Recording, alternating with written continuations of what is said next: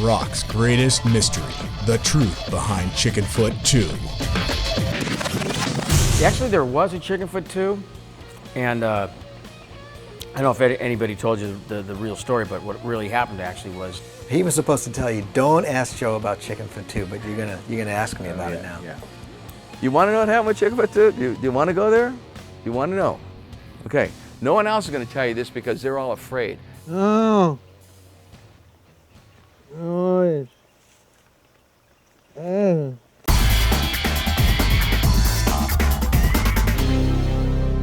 NASA had gotten a hold of Joe because they had an idea of, certain things that had been happening with the shuttle program, going up and doing this and trying that. They wanted to see what it would be like for a person or a band to record on a shuttle mission. So Joe said, yeah, that'd be great, Chickenfoot, we can do Chickenfoot II. So we went up, we set up, we trained, we did it. And it was all kind of hush-hush. We wanted to keep it kind of under wraps because, all the government, NASA type stuff, and we didn't want the public to know about it quite yet. And we figured, well, a great way to come out with the album to the public and everything would be, let's do a concert on the International Space Station. And we'll get some winners, from all over, and we'll fly them up there, and Chickenfoot will do an actual concert and an opening and an album debut party on the space station. And so when NASA came up with the dates, we were going to debut the album and fly some winners, some contest winners up to the International Space Station to do this. NASA picked certain dates that were, I don't know, I think the way the planets were lined up and the sunspots, and it's just like it was perfect for the shuttle launch and to do this and not take too long of a period of time to do it. But the only problem was that the dates that they wanted to do that was the same date of Sammy's birthday bash. And so we had to scrap the whole thing. Sammy wouldn't do it. So I don't know what happened. Joe and Sam got into some kind of scrap or whatever. Sammy left the band for a while, and Joe still wanted to do some kind of thing in space or weightless or something, I don't know. Chad got mad. Chad went off to the forest looking for Sasquatch or something, I don't know. I haven't even seen him. So who knows what he's doing. And so that's basically what happened to Chickenfoot II, nothing. But eventually we actually got back together, and everyone was inspired. For some reason, everybody got re-inspired, and Chickenfoot III happened.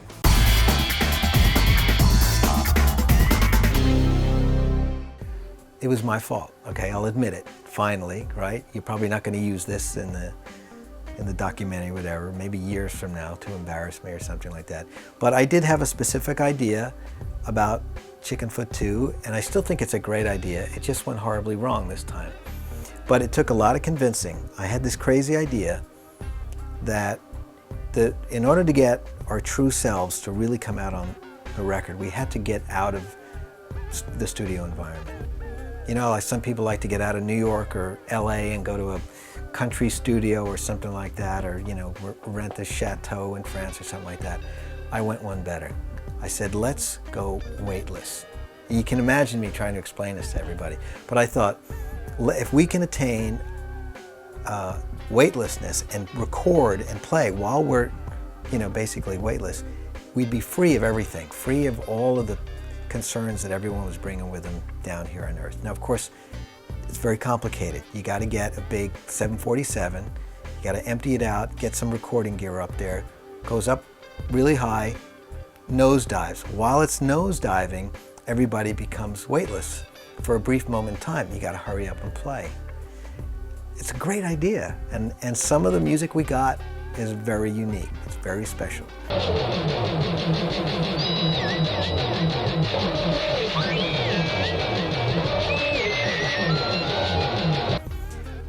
There was a lot of throwing up. Okay, just gotta say, there was gack everywhere, right? That was a little off-putting. Jet fuel costs. Yeah. Chickenfoot III is gonna have to go 10 times platinum for me to be able to pay back what I spent on Chickenfoot II alone. So please buy a few copies of this record. But I still think it was a great idea.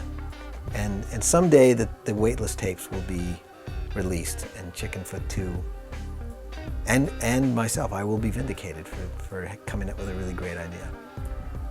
What was the sound like from the tapes that were made?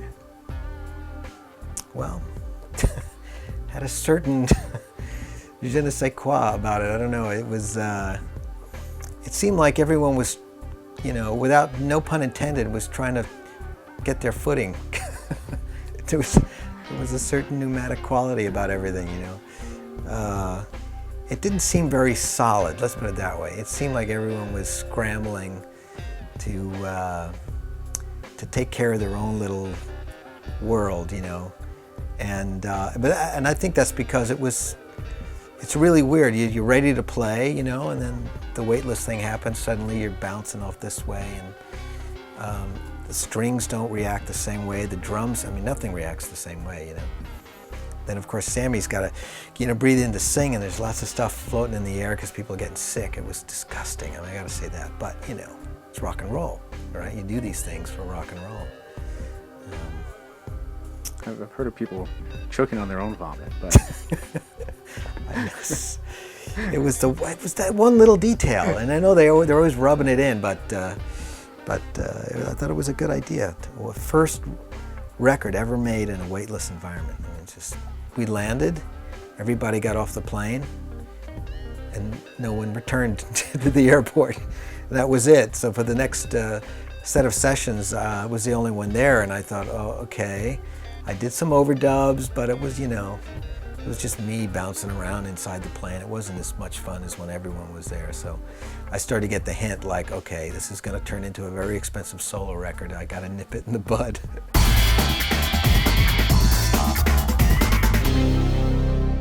Oh, what happened at Chickenfoot II? That was Joe Satriani's last solo record, right? You want to know? Okay, no one else is going to tell you this because they're all afraid. The other guys in the band, they're afraid to tell you the truth on this, and they're going to lie to you. They lied about a lot of things, okay? They're going to lie about this because they're embarrassed by what they did. I was thrown out of the band like I've been thrown out of every band I've been in. Montrose, Van Halen, So Chickenfoot, those knuckleheads, Chad Smith, the guy stabbed me in the back, came around from behind, told everybody, hey, Hagar doesn't want to do this. I didn't want to make a record right now. I was busy. I was doing my book tour. I was having fun. I was in Cabo. I was trying to have a vacation with my family, and they wanted to go in the studio because Chad had to be in there because he only had a short window, and he wanted to do a Chickenfoot record, and I didn't. So he said, hey, fuck Sammy. We can replace him. Hey, he was replaced in Van Halen. He was replaced in Montrose. He was replaceable. So Joe, easygoing guy, sure. Mikey, backstabber, from the Van Halen camp, right? They stabbed me, and they went and got a different singer, and I don't even want to tell you who it is. They tried to do it. They made a record. It sucked. It was so bad that it never saw the light of day. They came crawling on their knees back to me, begging me to come back in the band. I'm going, first of all, I didn't even know I was fired because that's how sneaky they are, okay? They threw me out without telling me, went and did it, and it stunk so bad that they threw it out. They came and kissed my butt, and I said, okay, I'll come back in, and now I make all the money. I don't share the publishing with them anymore. I'm the only, even though other people's names are on the songwriting, I'm the only one that gets paid, and it's the only deal I would make with them.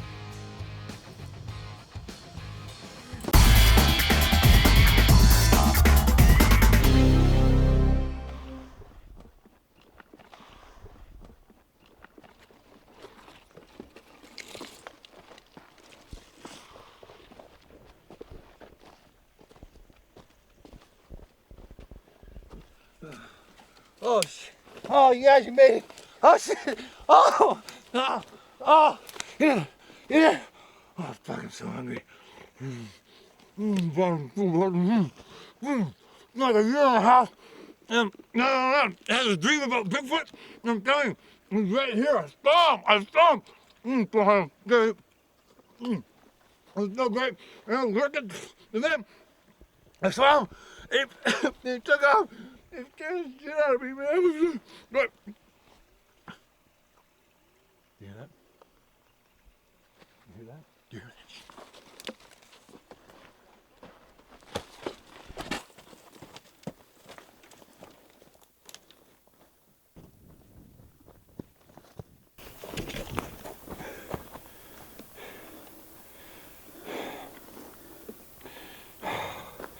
I don't know if to be, I don't mind. I get me like hallucinating. I've been out here for like 3 years, but actually it's only been, I think, a year and a half.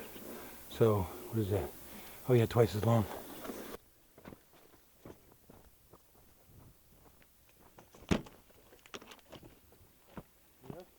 I set this up. This right here. Here, have a look. See this? This is electrical fencing. Now, I don't want to hurt him. I just want to talk to him. But this is what separates the men from Bigfoot.